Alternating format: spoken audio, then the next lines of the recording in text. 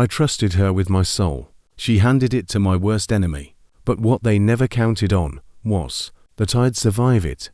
She was kissing my best friend in the bed I had bought for us, wearing the ring I had placed on her finger just 6 months before. And I want you to stay right here with me, because what I did next is something people are still talking about to this very day. My name is Caleb Morrison. I am 34 years old. I am a man who once believed, deeply and completely, that love was the one thing in this world that would never lie to you. I was wrong. And this is the story of the day I found out just how wrong I was. But more than that, this is the story of what I chose to do with that knowledge. So settle in, because the truth, as they say, has layers. And before this story is over, every single one of them will be peeled back. Let me take you back, not to the worst moments. We'll get there, don't worry, but to the beginning, to the version of my life that I thought was real, to the mornings that smelled like coffee and her perfume, to the Sunday afternoons where the world felt small and warm and completely mine.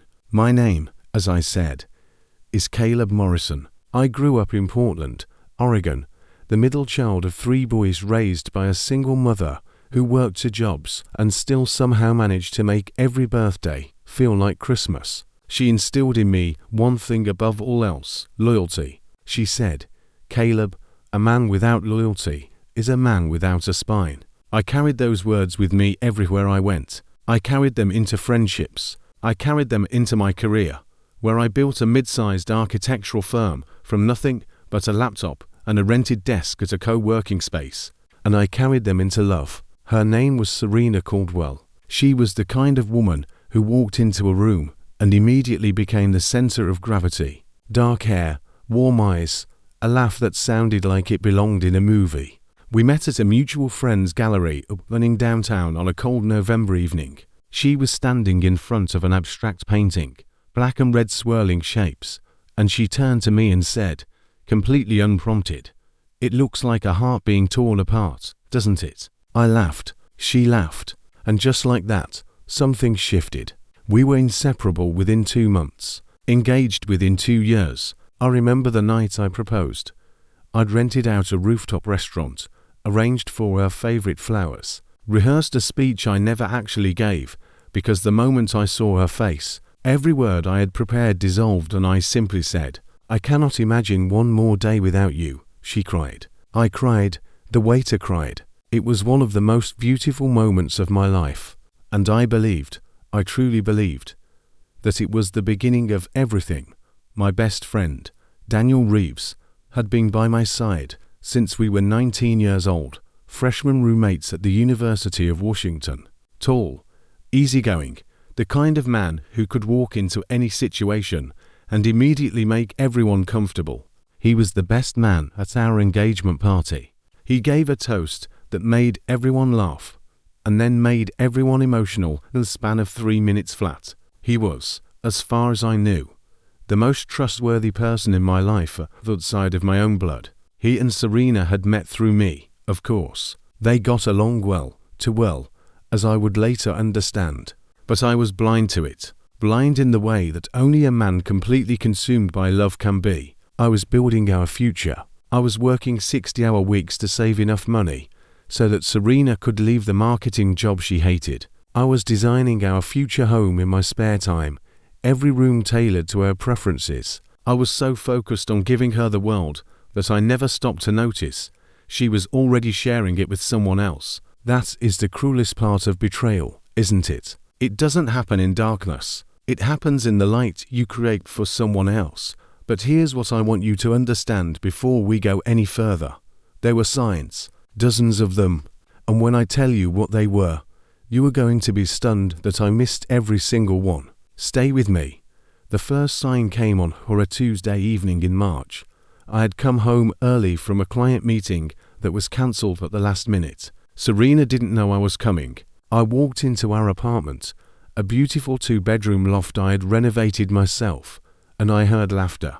Her laughter. And then, a second later, Daniel's voice. I came around the corner, and there they were, sitting on our kitchen counter, close together, her hand resting on his arm. The moment they saw me, something shifted. Not dramatically, not in a way I could point to and name, but something moved beneath the surface of that room, currents under the still water. Daniel immediately stood up, clapped me on the shoulder, said he had just stopped by to drop off concert tickets he'd picked up for the three of us. Serena kissed me on the cheek, and God help me, I accepted every word of it. Because what kind of man suspects his best friend and his fiancée? What kind of man poisons his own happiness with paranoia? That's what I told myself. That's how I explained away the discomfort that sat in my chest for the rest of that evening. The second sign came 6 weeks later. I noticed she had started password protecting her phone. Not just locking it. She'd always done that, but physically turning it face down whenever I walked into the room. I noticed she had started laughing at things on her phone and then putting it away when I asked what was funny. I noticed she had started going to the gym at hours she never used to go. I noticed she started wearing her nicest perfume on days when she claimed to be working from home. But each time one of these things surfaced in my mind, I rationalized it. She's just more private lately. She's just motivated about her health. She just likes to smell nice. I was drowning in denial, and I had convinced myself it was called trust. The third sign, and this is the one that haunts me the most, came from my mother. She called me one evening in April, and in the middle of an ordinary conversation, she paused and said, "Caleb, is everything all right with Serena?" I said, "Yes, Mom, everything's great. Why?" She was quiet for a moment, then she said, "I don't know, baby." Something in her eyes the last time I saw her. She looked guilty. I laughed it off. I told my mother she was imagining things. I told her Serena was just stressed about the wedding planning.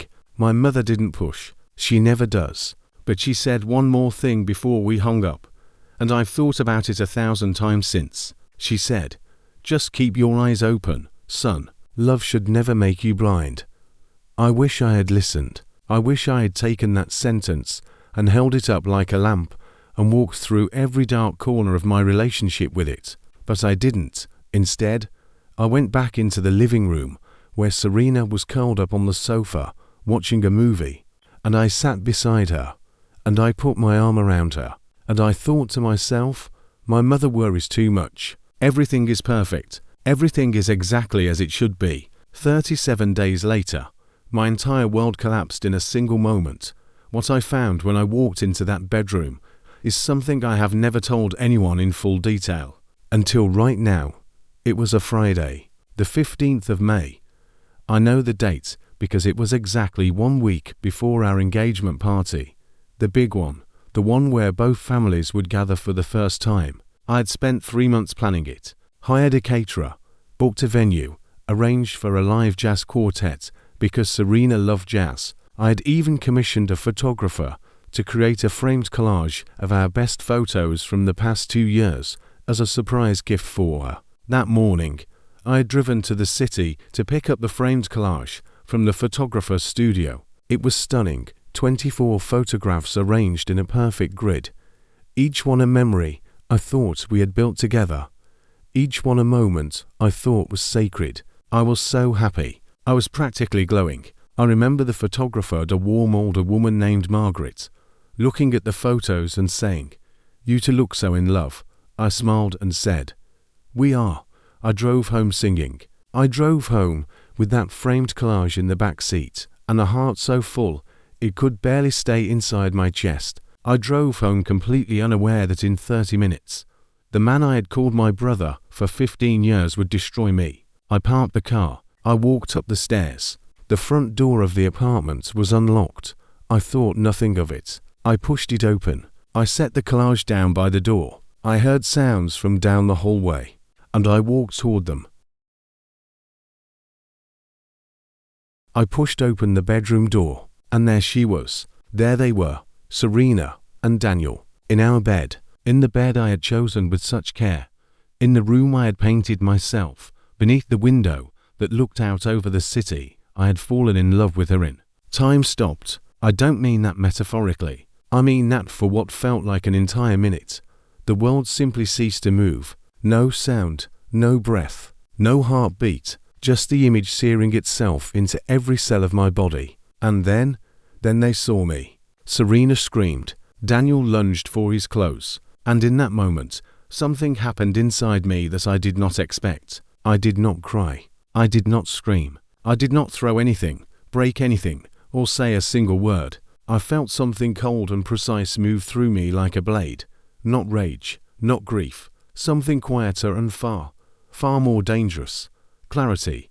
For the first time in months, everything was clear. I looked at Serena, who was now wrapped in the sheets, saying my name over and over. Caleb, Caleb, please, let me explain. And I looked at Daniel, who couldn't meet my eyes, who was still fumbling with his shirt like a man who knew exactly what he had done. And I said, calmly, completely calmly, you have 2 hours to gather everything that belongs to you. I'll be at my mother's. When I come back, this apartment will be mine again. I picked up the photograph collage on my way out. I don't know why. I just couldn't leave it there. I know what you're thinking. You're thinking, Caleb, how did you stay so calm? How did you not lose your mind? The answer to that question. That is where this story gets truly interesting. Because calm was not peace. Calm was a plan forming. I drove to my mother's house. I walked through her front door and sat down at her kitchen table. The same table I had done my homework at as a boy. The same table where she had held my hands when my father left us. The same table where the important conversations of my life had always happened. She took one look at me and said nothing. She made tea. She set it in front of me. And she sat across from me and waited. That's the thing about mothers who have survived real pain. They know when to speak and when silence is the greater kindness. After a long time, I told her everything, every word. And when I was done, she was quiet for another stretch of time. And then she reached across the table and covered my hands with hers and said, "What do you want to do?" Not, "What happened?" Not, "How do you feel?" Not, "I knew it, I told you so." Just, "What do you want to do?" And that question unlocked something in me, because I realized, sitting there at that kitchen table, that the grief would come later. The grief was already waiting in line, patient and enormous.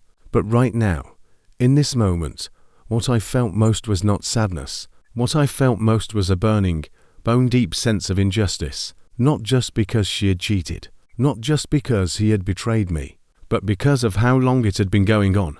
Because of how many times I had sat across from Daniel at dinner, and he had looked me in the eye.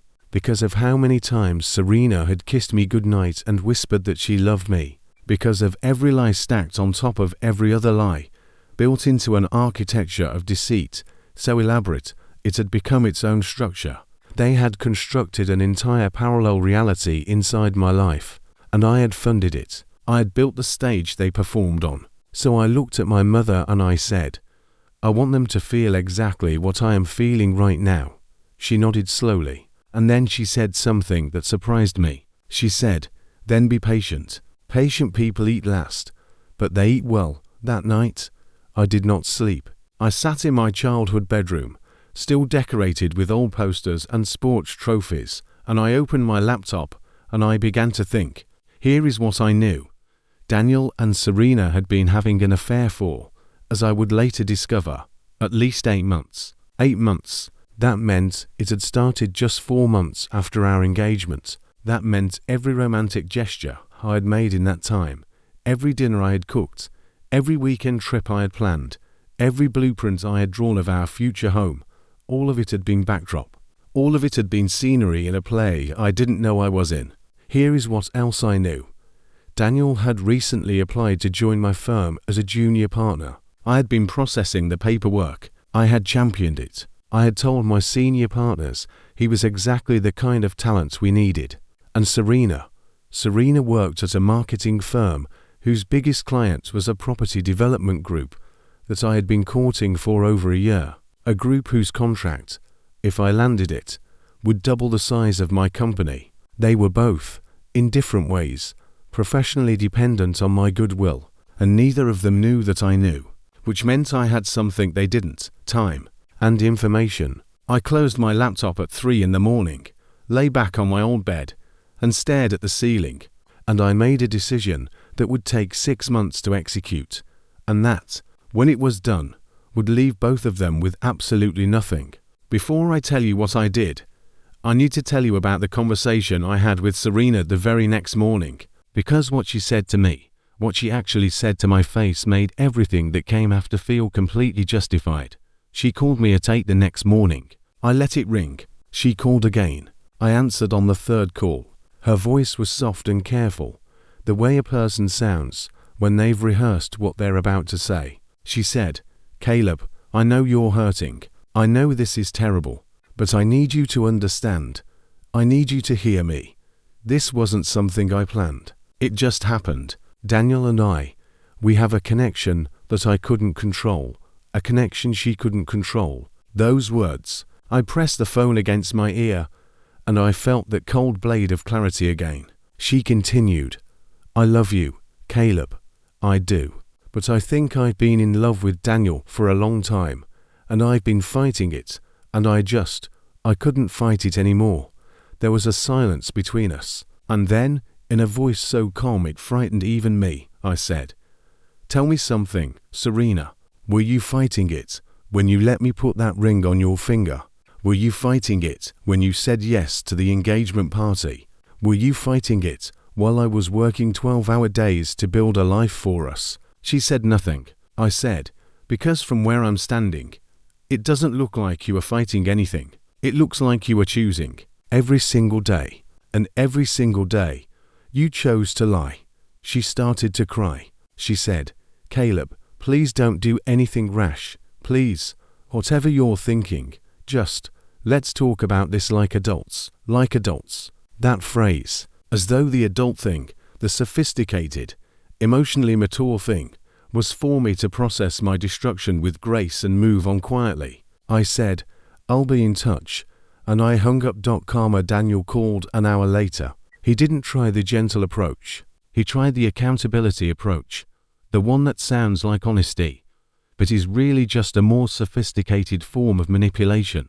He said, "Caleb, man, I know there's nothing I can say. I know I broke something that can't be fixed, but you're my brother. You've always been my brother, and I need you to know that I am sorry. I am devastated by what I did. I don't expect you to forgive me. I just need you to know that I hate myself." He sounded so sincere. He was always good at sounding sincere. It was, in many ways, his greatest talent. I said, "Daniel, I appreciate the call."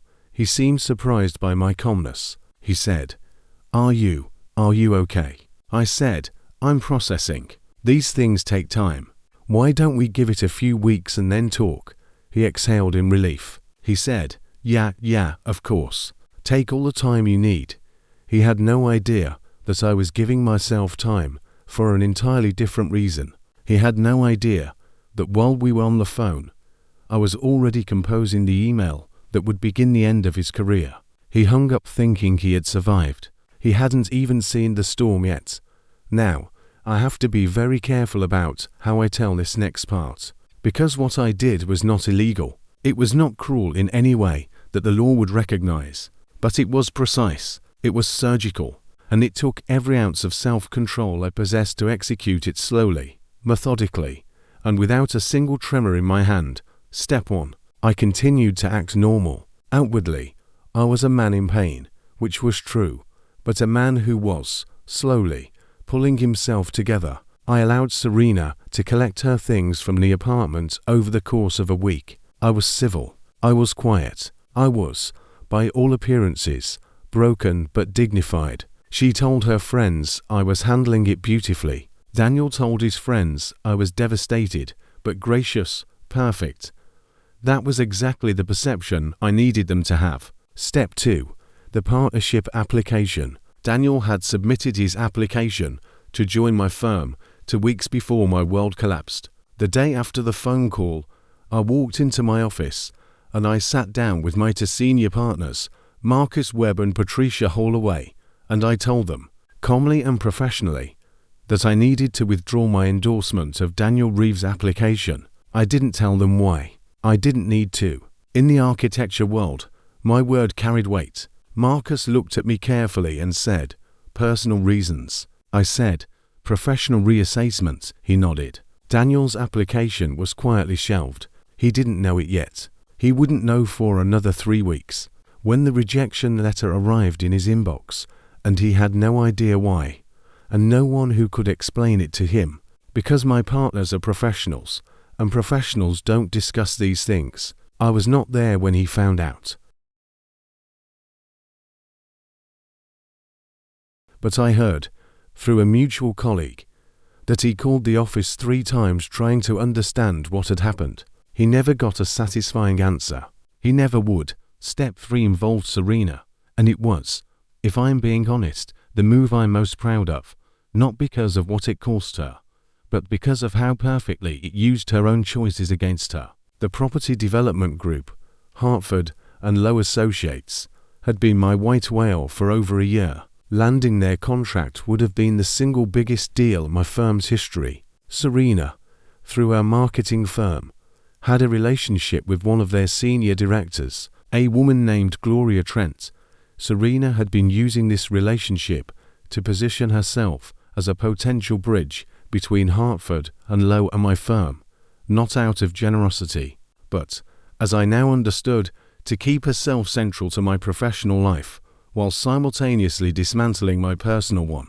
I called Gloria Trent directly. I introduced myself, reminded her of our previous correspondence, and I invited her to lunch at a restaurant in the financial district. Over 2 hours, I pitched Hartford and Lowe directly. No bridge, no intermediary, no Serena. I was, as my mother had always said, my father's son when it came to business, clear, passionate, and impossible to ignore. Gloria Trent shook my hand at the end of lunch and said, "Mr. Morrison, I think we have a lot to talk about." 3 weeks later, my firm signed the largest contract in its 5-year history. Serena's role as connector, the role she had cultivated carefully over months, was rendered completely irrelevant. Her firm lost the account internally. Her director called her into a meeting to ask why she had been so confident in a relationship that apparently didn't exist. She had no good answer, and I heard, again through channels, that it affected her standing at work considerably. But the crowning moment, the moment I have replayed in my mind more times than I can count, came at the engagement party. Yes, the engagement party that I had planned for us. I didn't cancel it. I repurposed it. And what happened there is something I genuinely cannot believe I had the nerve to do. Here is the thing about a party planned for 80 guests, booked at a venue, with a catering deposit already paid and a jazz quartet already rehearsed. It takes on a life of its own. The invitations had gone out weeks before the discovery. Both families had already confirmed. Old friends, colleagues, neighbors, they were all coming. And rather than call every single person and explain the humiliating truth of my situation, I made a different choice. I picked up the phone and I called every guest personally. I told them the engagement was off. I told them the reasons were private, but I told them that the party was still happening, transformed now into what I called a celebration of new beginnings, a party for myself, a party to mark the closing of one chapter and the opening of another. Most people, to their credit, understood, and they came. They came curious, yes, some of them, but they came. What I did not tell anyone was that I had also personally called Serena and Daniel separately and invited them. I told Serena I thought it would be healthy for us to face the community together and show that we were handling the breakup with class. I told Daniel I wanted to signal to our mutual friends that I didn't hold him responsible, that I had accepted what had happened and moved on. Both of them, incredibly, agreed to come. Of course they did. They were both desperately concerned with how they were being perceived. They both wanted, more than anything, for the social fallout of what they'd done to be minimal. They both arrived at the venue in separate cars because they were still pretending to others, if not to themselves, that nothing had started between them. The irony of that performance was not lost on me. The party began beautifully. The venue, to renovated warehouse space with exposed brick and war medicine lighting, looked extraordinary. The jazz quartet played softly in the corner. Guests mingled, drinks in hand, genuinely enjoying themselves. My mother was there, in a deep green dress, watching me with quiet, careful eyes. My brother Eric was there, standing near the bar, ready. My closest colleague, a woman named Priya Sharma, sharp, loyal, brilliant, was stationed near the entrance. Everyone who mattered to me was in position. I had not planned a scene. I had planned something far more refined than a scene. At precisely 8 o'clock, the jazz quartet played a short introduction, and I stepped up onto the low wooden stage at the front of the room. I tapped a glass. The room quieted. I looked out at 80 faces, some familiar, some newly arrived, and I saw Serena near the back,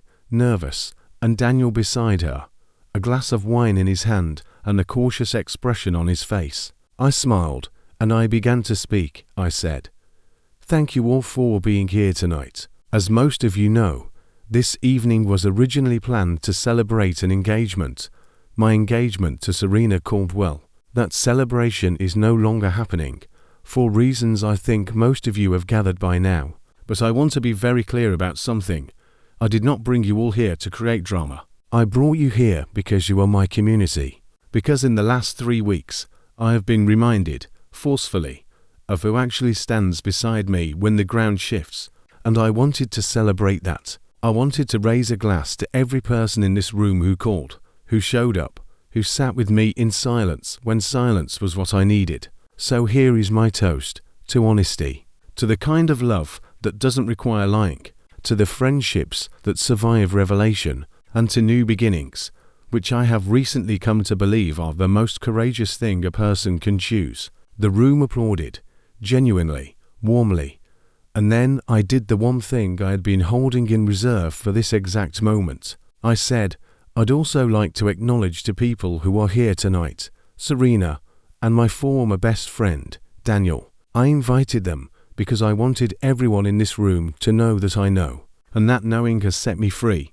The silence that followed was the loudest thing I have ever heard. Serena walked out. Daniel followed. And what happened in the parking lot between them, what I was told happened, word for word, by 3 separate people who witnessed it, was something I could never have scripted. I was told by 3 witnesses, my brother Eric, my colleague Priya, and a mutual friend named James Whitfield, that in the parking lot outside the venue, Serena and Daniel had an argument that was both extraordinary and entirely inevitable.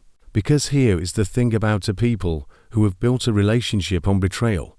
They are fundamentally untrustworthy, not just to others, but to each other. The moment the pressure of exposure arrived, the architecture of their secret began to crack. Serena, according to Eric, turned on Daniel immediately. She said, loudly enough for nearby guests to hear, "You promised me he would never find out. You told me you had handled it." Daniel apparently responded with something equally revealing, "I didn't handle it. Serena, you were the one who left evidence everywhere." There was a brief, vicious back and forth in which the two of them, in the parking lot of a party thrown for my recovery, managed to expose every seam of their deception to anyone who happened to be walking by. The whispers began immediately. By the end of the evening, every guest in that room knew not just that Serena and Daniel had betrayed me, but that they had blamed each other for getting caught, that they were, at their core, to people who had been willing to destroy someone's life and were now unwilling to own the consequences together. The relationship that had been built on my ruin lasted exactly 43 more days. I know because Serena texted me. She actually texted me 7 weeks after the party, saying that things with Daniel hadn't worked out and she hoped I was doing well and perhaps we could talk. I read the message. I set my phone down and I went back to my life.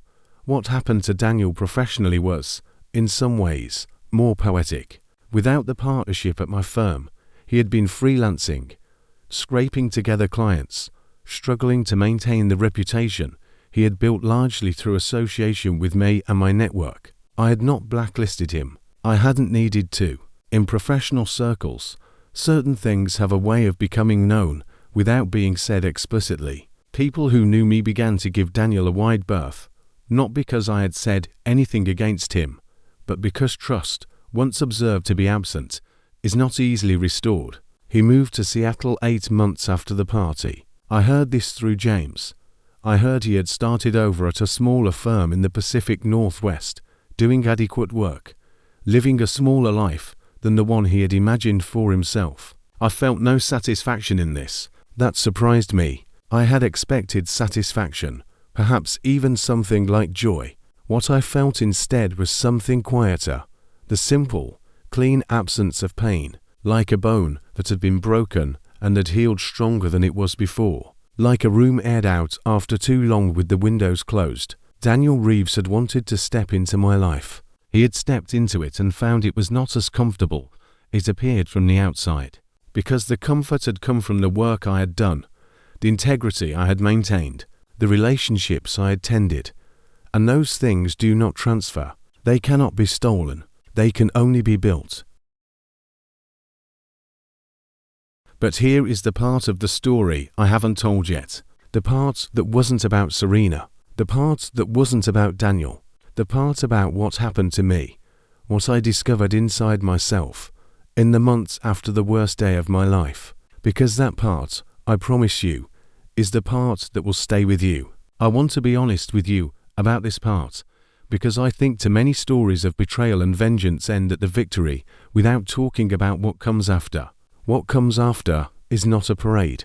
What comes after is a Tuesday morning when the apartment is very quiet and you make coffee for one and sit down at a table that used to seat two, and you feel the grief arrive, the real grief, the deep down grief that you kept at arm's length while you were busy being strategic. It arrives like a delayed storm, and it is, in its own way, the hardest part. For the first month, I worked. That was all I did. I worked until 11 or 12 every night, not because the work required it, but because the work was the only room in my head where Serena wasn't, where Daniel wasn't, where the image of that bedroom door wasn't. My brother, Eric, came over on weekends and forced Emmy to eat meals that weren't from a delivery app.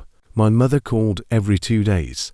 Priya brought coffee to the office and sat across from my desk and occasionally, without preamble, said things like, "You're going to be extraordinary when you come out the other side of this." These people, these ordinary, undramatic, quietly faithful people, were the actual architecture of my survival, not the vengeance, not the strategy. The people who stayed when they had no reason to other than love. I started therapy in August, 3 months after the collapse. My therapist was a man, Dr. Aaron Cole, calm, precise, with the kind of patience that made you feel like you had all the time in the world. He helped me understand something I hadn't been willing to examine.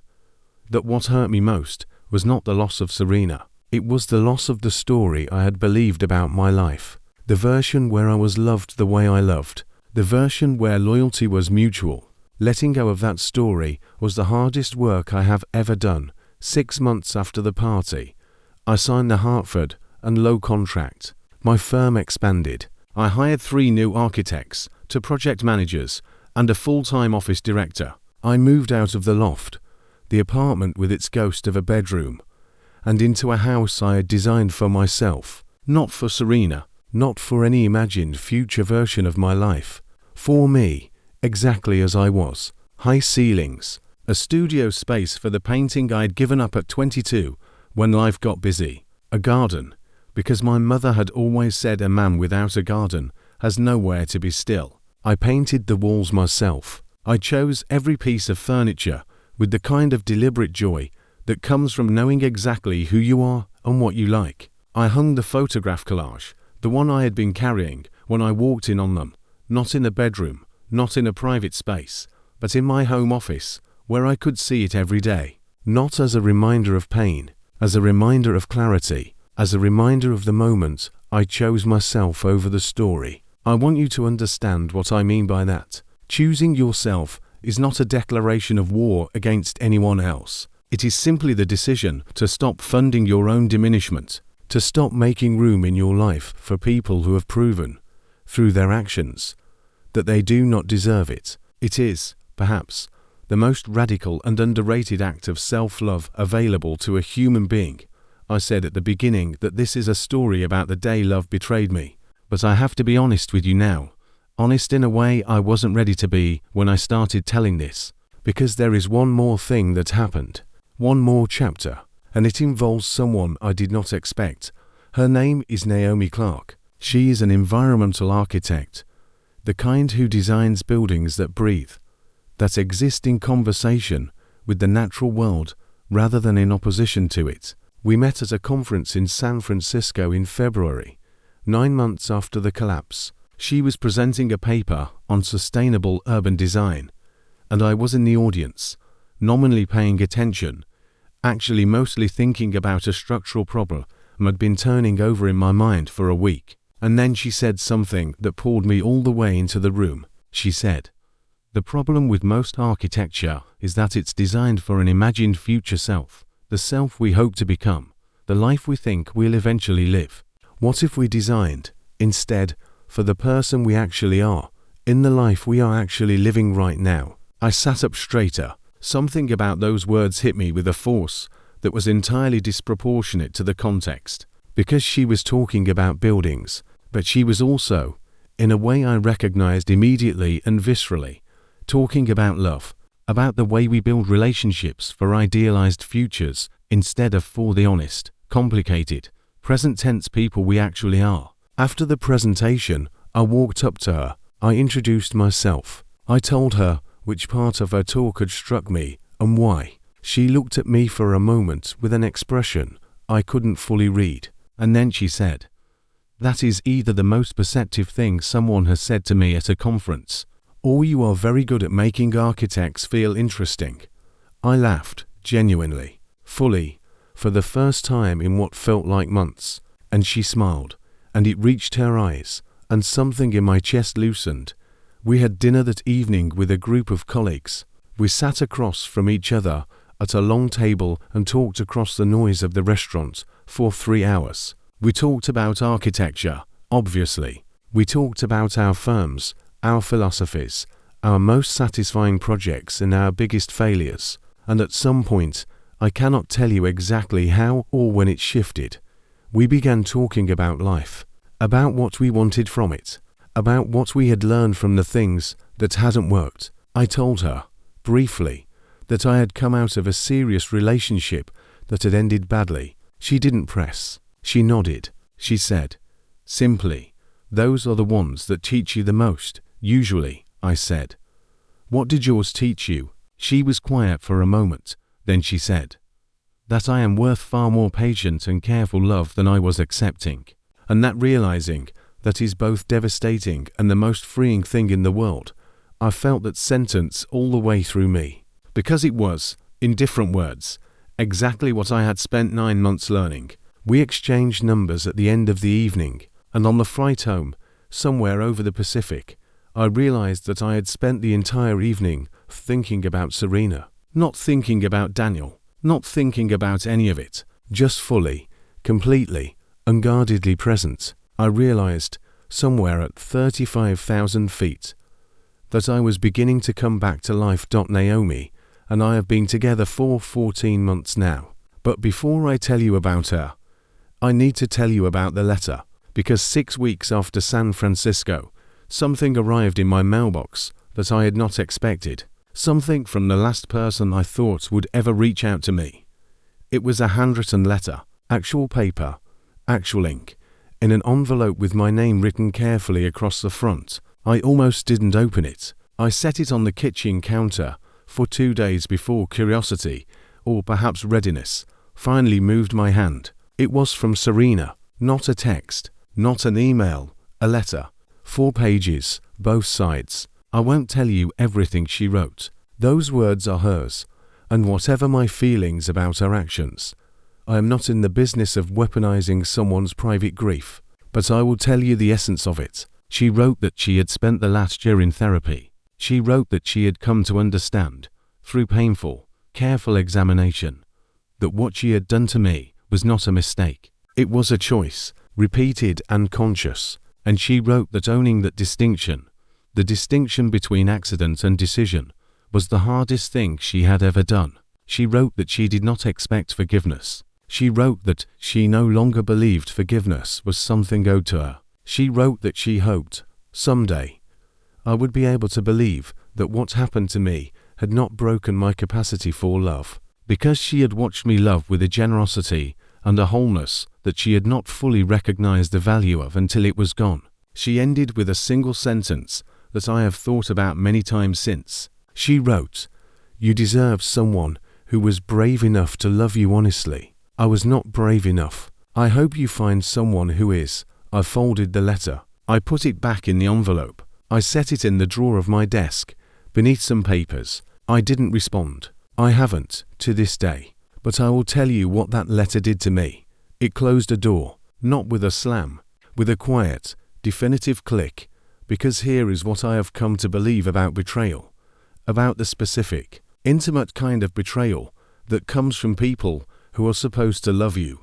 It is not primarily about them. That is the counterintuitive truth that therapy and time, and a very good woman and Naomi Clark helped me understand it. The betrayal happened because of who Serena was, because of what she was capable of, because of her own wounds and her own limitations. The same is true of Daniel. They did what they did not because I was unworthy of loyalty, but because they were, at that moment, incapable of it. The story I had been telling myself, that their betrayal said something fundamental about my worth, was the real injury I needed to heal, not the betrayal itself, the story I made out of it. And the day I stopped telling that story was the day I truly became free. The vengeance, and I want to be clear that it had given me something real, something necessary in that raw and terrible first season, had served its purpose. It had kept me upright when I might have crumbled. It had reminded me that I was not helpless, not passive, not the kind of man who dissolves when struck. But it was never the destination. It was just the bridge.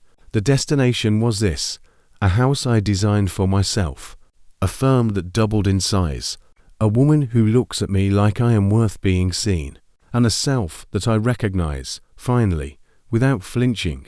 I started this story with an image, her kissing my best friend in the bed I had bought for us. I want to end it with a different image, one that I carry with me every single day. Are you ready? Because this is the part where everything lands. It is a Sunday morning in late April. I am standing in the garden of the house I built for myself, coffee cup in hand, watching the light come through the trees. Naomi is inside. I can hear her moving around in the kitchen, hear the sound of her voice as she talks on the phone to her sister, hear the particular, unremarkable music of another person living comfortably in your space. The garden is just beginning to come into itself for spring. The roses I planted last fall sending up their first red buds. A neighbor's dog is barking somewhere down the block. It is, by every objective measure, an ordinary morning, and I am flooded, genuinely, physically flooded, with a gratitude so large I can barely contain it. Not because of what I gained, not because of the contract, the house, the career, the woman in my kitchen, but because of what I know now that I didn't know that morning 14 months ago, when I drove home singing with a framed collage in the back seat. I know that love, real love, is not blind. It is the most clear-sighted thing in the world. It sees you at your worst and refuses to leave. It sees your fear and moves toward it anyway. It is not a feeling that happens to you. It is a series of choices, made every day, in full consciousness, to place another person's flourishing alongside your own. What Serena and Daniel had was not love. It was appetite dressed up in love's clothing, and the difference, I have learned, is everything. Naomi came outside at some points while I was standing there. She didn't say anything at first. She just stood beside me, her shoulder against mine, her coffee cup touching mine with a small ceramic click. We looked at the garden together, and then she said, quietly, "What are you thinking about?" And I said, "About how different this is." She knew what I meant. She always knows what I mean. She said, "Different how?" And I thought about it for a moment, really thought about it, and I said, "Before, I was always building something for a future I was afraid wouldn't come. Now I'm just here, in the actual morning, with you, and it's enough. It's more than enough." She looked at me for a long moment, and then she said, very simply, "Yeah, That's what it's supposed to feel like. And she was right. She was completely, devastatingly right. That is what it is supposed to feel like. Not performance, not anxiety, not the constant maintenance of someone else's comfortable fiction. Just presence, just honesty, just a people choosing each other in the full light of day, with nothing hidden and nothing owed except the next honest moment. If you have never felt that, if you are somewhere in the middle of your own version of what I went through, I want you to hear me when I say this. It is coming. Not because the universe owes it to you, not because you have suffered enough to deserve it, but because you will build it with your own hands from the rubble of what was false. You will recognize the real thing when it comes, because the real thing does not make you afraid.